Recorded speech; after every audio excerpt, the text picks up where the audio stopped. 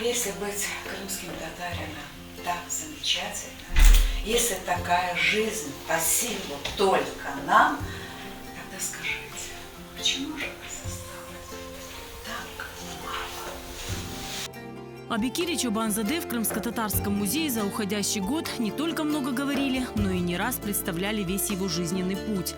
И сегодня, вновь завершая год, который прошел под знаком этого великого ученого-тюрколога, поэта и просветителя, здесь прочитали лекцию о его деятельности. Bu akşamda üniversitenin studentleri iştirak ettiler ve men bilsem çok bir meraklı ve gerekli tedbir çünkü yaşlar Bekir Çobanzade'nin tanış oldular.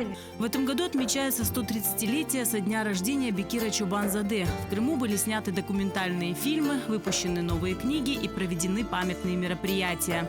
А недавно в Акмесджите появилась и улица Бекира Чобанзаде. Каждый старался внести свою лепту.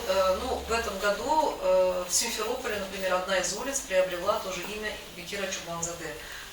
Вроде как бы известный факт, да, есть улицы в районах и в селах разных, но, как оказалось, в Симферополе нет.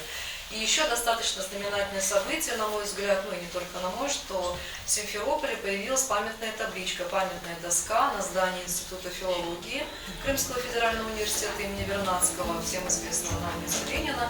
Преподаватель КИПУ имени Февзия Кубова Саида Усманова прочла гостям лекцию о жизненном пути Чобанзаде и его работе в Тутайкойском техникуме, о которой она выпустила книгу.